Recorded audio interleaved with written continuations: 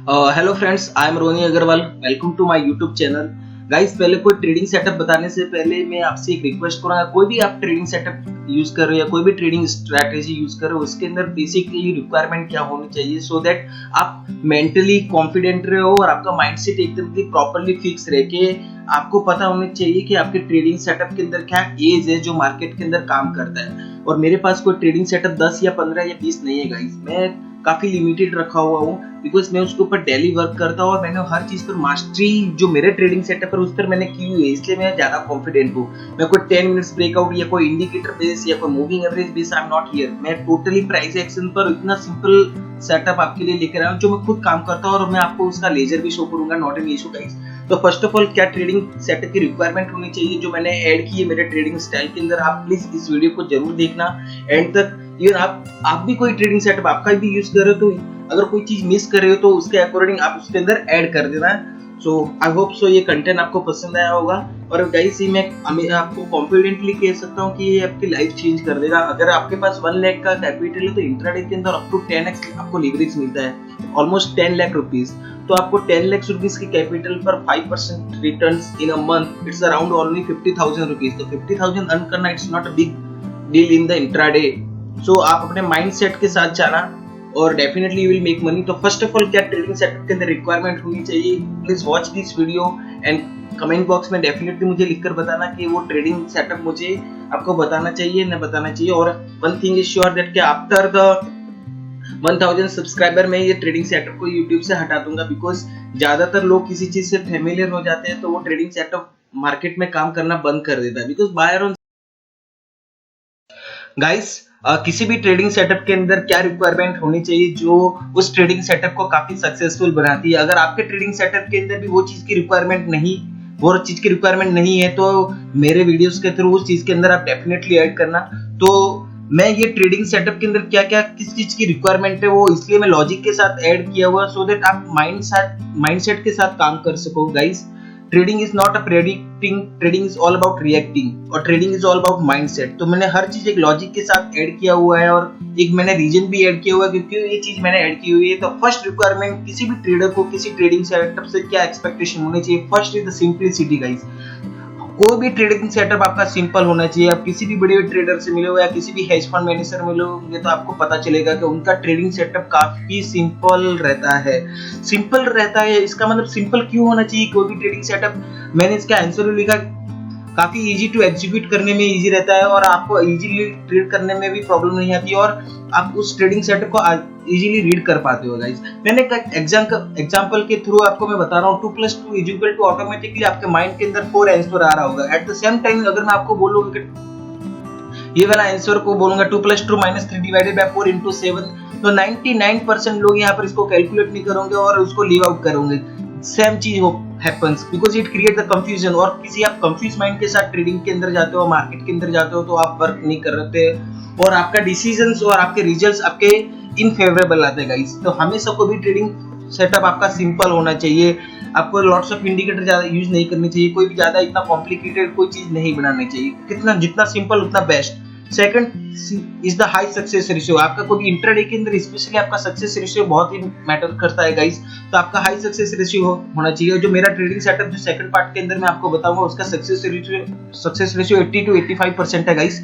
और success ratio high क्यों होना चाहिए, ऑब्वियसली आपका साइकोलॉजिकली माइंडसेट आपको स्ट्रॉन्ग रहता है। आपको पता है कि 85 to 90% आप इस गेम के अंदर जीत कर विन करते हो और आपको एज मिलता है मार्केट के अंदर। और ultimately we are here to make the profit from the market, we are not here to lose the market. Okay, तो हमें अल्टीमेटली आपको प्रॉफिट कब मिलेगा, जब आपका high success ratio guys guys.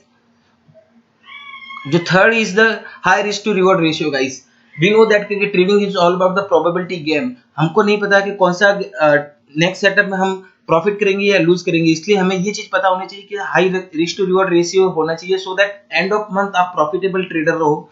और आपका high risk to reward ratio रहेगा तो आप डेफिनेटली आप छोटा स्टॉप लॉस लेने में माइंड बिल्कुल नहीं करोगे और आपका रिवॉर्ड भी रेशियो रहेगा तो आपको लॉन्ग टर्म के अंदर आपको सेव करेगा।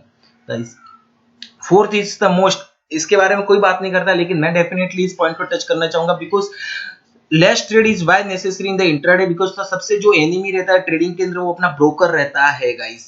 Broker is the biggest enemy. और ट्रेडिंग आप अपना लेजर शो देख लेना गाइस, तो आपका 50 to 60% शेयर है वो ब्रोकर ही लेके चले जाता है, आपको ये पता नहीं रहता है गाइस। ये स्टार्टिंग के इनिशियल लेवल पर सभी के साथ होता है गाइस। जब आप मैच्योर हो जाते हो तो आप इस गेम को समझने लगते हो गाइस। लेस ट्रेड रहेगा यानी कि आपका ब्रोकरेज भी कम लेगा और आपका माइंड कूल एंड काम रहेगा। लेस ट्रेड, आपको पता है कि आपको ट्रेड दिन में एक ही ट्रेड मिलने वाला है, तो आप इतना हरी नहीं रहोगे और आप कूल एंड काम रहोगे।